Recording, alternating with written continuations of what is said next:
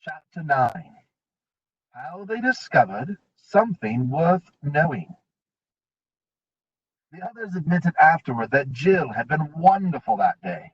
As soon as the king and the rest of the hunting party had set off, she began making a tour of the whole castle, and asking questions, but all in such an innocent, babyish way that no one could suspect her of any secret design. Though her tongue was never still, you could hardly say she talked. She prattled and giggled. She made love to everyone, the grooms, the porters, the housemaids, the ladies in waiting, and the elderly giant lords whose hunting days were past. She submitted to being kissed and pawed about by any number of giantesses, many of whom seemed sorry for her and called her a poor little thing, though none of them explained why.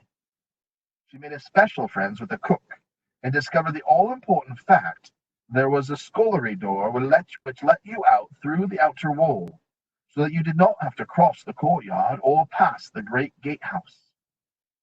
In the kitchen, she pretended to be greedy and ate all sorts of scraps which the cook and scullions delighted to give her. But upstairs, among the ladies, she asked questions about how she would be dressed for the great feast, and how long she would be allowed to sit up, and whether she would dance with some very, very small giant. And then it made her hot all over when she remembered it afterward. She would put her head on one side in such an idiotic fashion, which grown-ups, giants, and otherwise thought very fetching, and shake her curls and fidget and say, "Oh, I do wish it was tomorrow night, don't you? Don't you think the time will go quickly till then?"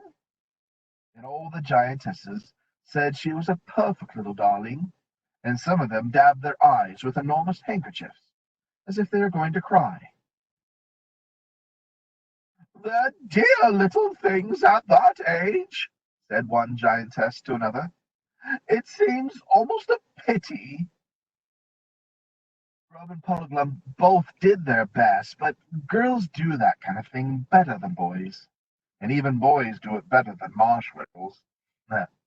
At lunchtime, something happened which made all three of them more anxious than ever to leave the castle of the gentle giants. They had lunch in the great hall at a little table of their own near the fireplace. At a bigger table about 20 yards away, half a dozen old giants were lunching. Their conversation was so noisy and so high up in the air that the children soon took no more notice of it than you would of hooters outside the window, or traffic noises in the street. They were eating cold venison, a kind of food which Jill had never tasted before, and she was liking it. Suddenly Puddleglum turned to them, and his face had gone so pale that you could see the paleness under the natural muddiness of his complexion. He said, "Don't eat another bite." "What's wrong?" asked the two in a whisper. "Didn't you hear what those giants were saying?" "That's a nice tender haunch of venison," said one of them. "Then that stag was a liar," said another. "Why?" said the first one. "Oh," said the other, "they say that when he was caught he said, 'Don't kill me, I'm tough. You won't like me.'"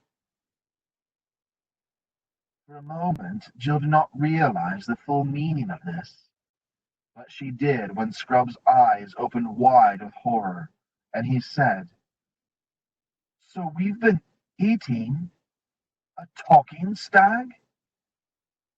This discovery didn't have exactly the same effect on all of them.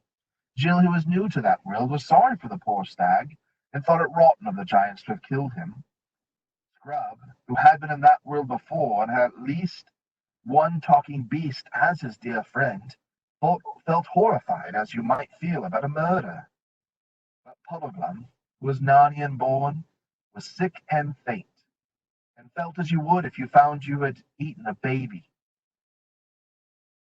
"We've brought the anger of Aslan on us. That's what comes of not attending to the signs. We're under a curse, I expect. If it was allowed, it would be the best thing we could do, to take these knives and drive them into our own hearts. And gradually, even Jill came to see it from his point of view. At any rate, none of them wanted any more lunch, and as soon as they thought it safe, they crept quietly out of the hole. It was now drawing near to that time of the day on which their hopes of escape depended, and all became nervous. They hung about in passages and waited for things to become quiet. The giants in the hall sat on a dreadfully long time after the meal was over. The bold one was telling a story. When that was over, the three travellers dawdled down to the kitchen. But there were still plenty of giants there, or at least in the scullery, washing up and putting things away. It was agonizing, waiting till these finished their jobs, and one by one wiped their hands and went away. At last only one old giantess was left in the room. She pottered about, and at last the three travellers realized with horror that she did not intend to go away at all. "Well, dearies," she said to them, "that job's about through. Let's put the kettle there. They'll make a nice bit of rest. Just look into the scullery like good puppets, and tell me if the back door is open." "Yes, it is," said Scrub. "That's right. I always leave it open so as Puss can get in and out, the poor thing." Then she sat down on one chair and put her feet up on another. "I don't know as I mightn't have 40 winks," said the giantess, "if only that blamy hunting party doesn't come back too soon." All their spirits leaped up when she mentioned 40 winks, and flopped down again when she mentioned the return of the hunting party. "When do they usually come back?" asked Jill. "You never can tell," said the giantess. "But there, go and be quiet for a bit, my dearies." They retreated to the far end of the kitchen, and would have slipped out into the scullery there and then if the giantess had not sat up, opened her eyes, and brushed away a fly. "Don't try it till we're sure she's really asleep," whispered Scrub, "or it'll spoil everything." So they all huddled at the kitchen end, waiting and watching. They thought that the hunters might come back at any moment. The thought that the hunters might come back at any moment was terrible, and the giantess was fidgety. Whenever they thought she had really gone to sleep, she moved. "I can't bear this," thought Jill. To distract her mind, she began looking about her. Just in front of her was a clean, wide table with two clean pie dishes on it and an open book. They were giant pie dishes, of course. Jill thought that she could lie down comfortably in one of them. Then she climbed up on the bench beside the table to look at the book. She read, "Mallard. This delicious bird can be cooked in a variety of ways." "Oh, it's a cookery book," thought Jill without much interest, and glanced over her shoulders. The giantess's eyes were shut, but she didn't look as if she were properly asleep. Jill glanced back at the book. It was arranged alphabetically, and at the very next entry her heart seemed to stop beating. It ran, "Man, this elegant little biped has long been valued as a delicacy. It forms a traditional part of the autumn feast, and is served between the fish and the joint. Each man—" But she could not bear to read any more. She looked round. The giantess had waked up and was having a fit of coughing. Jill nudged the other two and pointed to the book. They also mounted the bench and bent over the huge pages. Scrub was still reading about how to cook men when Puddleglum pointed to the next entry below it. It was like this: "Marshwiggle. Some authorities reject this animal altogether as unfit for giants' consumption because of its stringy consistency and muddy flavor. The flavor can, however, be greatly reduced if—" Jill touched his feet and Scrub's gently. All three looked back at the giantess. Her mouth was slightly open, and from her nose there came a sound which at that moment was more welcome to them than any music. She snored. And now it was a question of tiptoe work, not daring to go too fast, hardly daring to breathe, out through the scullery (giant sculleries smell horrid), out at last into the pale sunlight of a winter afternoon. They were at the top of a rough little path which ran steeply down, and, thank heavens, on the right side of the castle. A city ruinous was in sight. In a few minutes they were back on the broad steep road which led down to the main gate of the castle.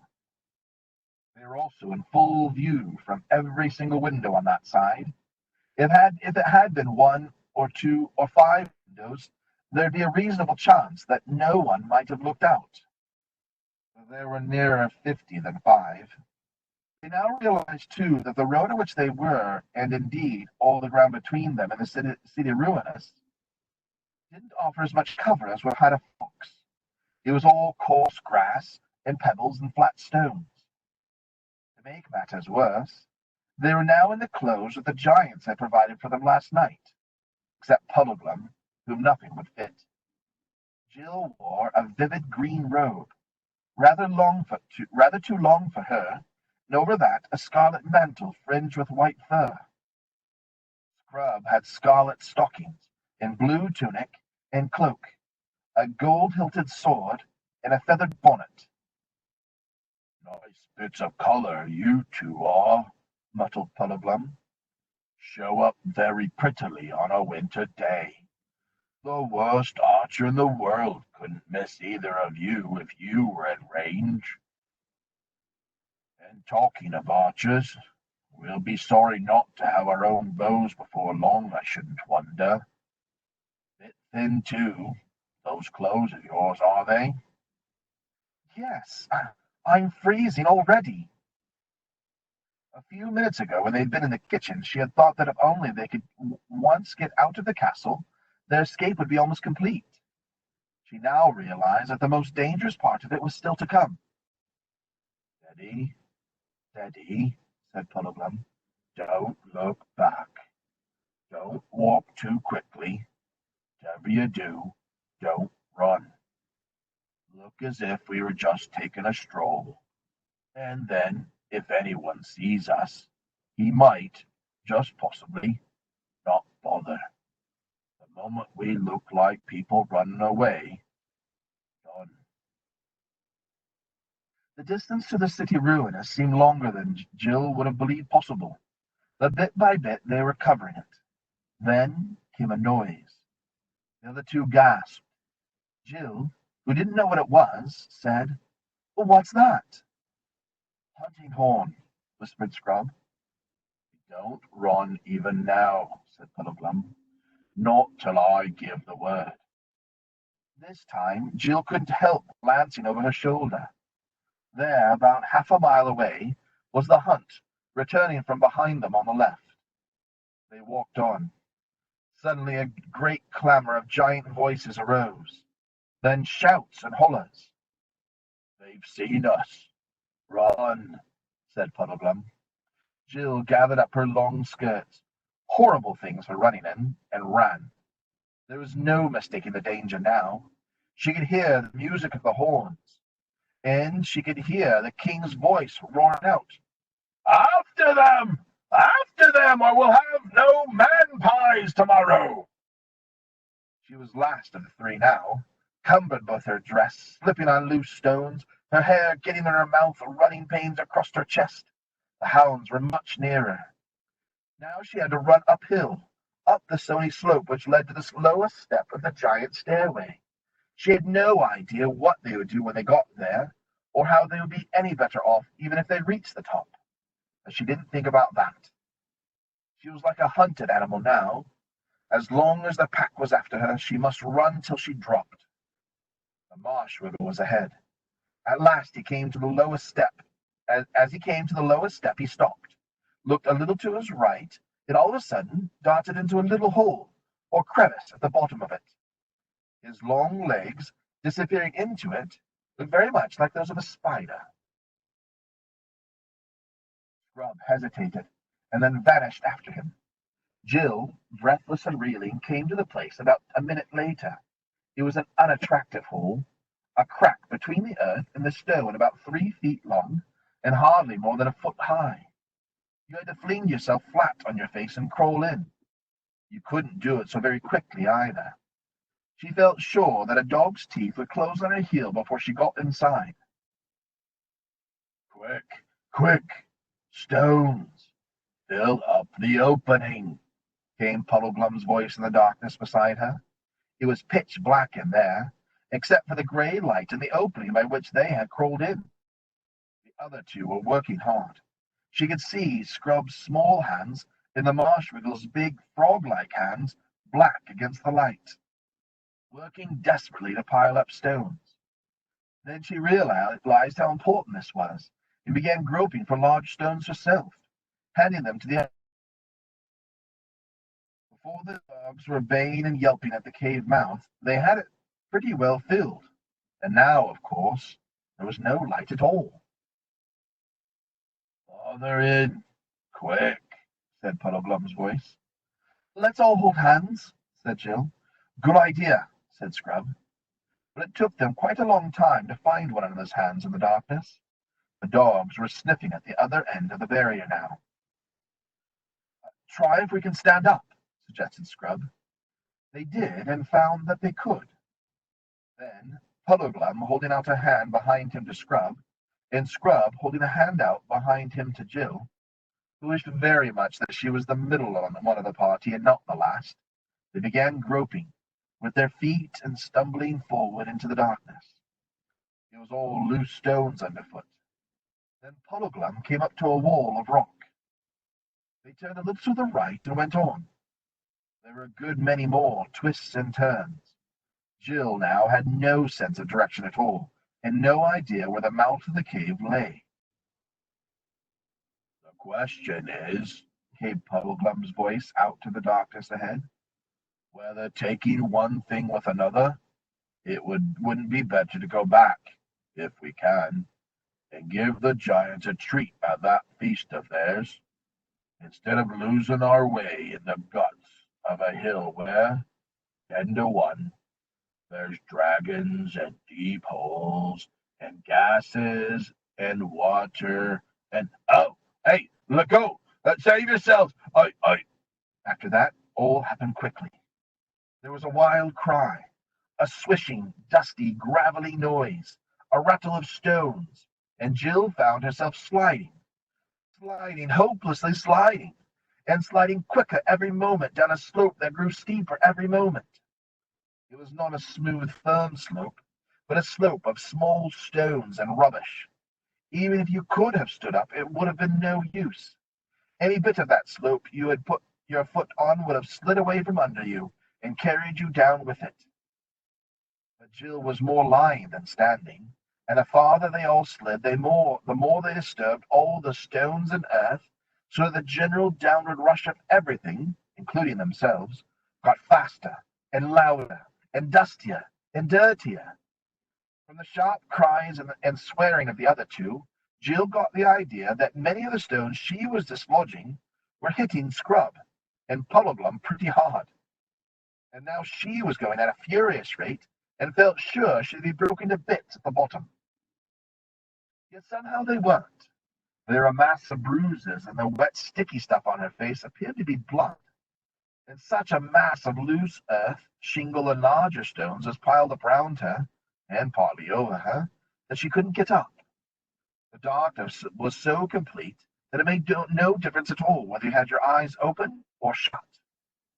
There was no noise, and that was the very worst moment Jill had ever known in her life. Supposing she was alone, supposing the others, then she had movements around her, and presently all three, in shaken voices, were explaining that none of them seemed to have any broken bones.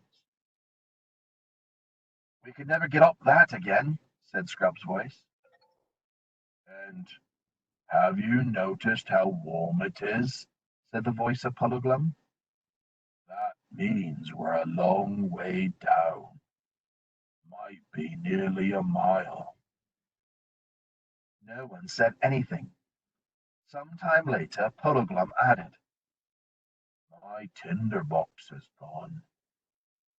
After another long pause, Jill said, "I'm terribly thirsty." No one suggested doing anything. There was so obviously nothing to be done. For the moment, they did not feel it quite so badly as one might have expected. That was because they were so tired. Long afterward, without the slightest warning, an utterly strange voice spoke. They knew at once that it was not the one voice in the whole world for which each had secretly been hoping, the voice of Aslan. It was a dark, flat voice, almost, if you know what that means, a pitch black voice. It said, "What make you here, creatures of the overworld?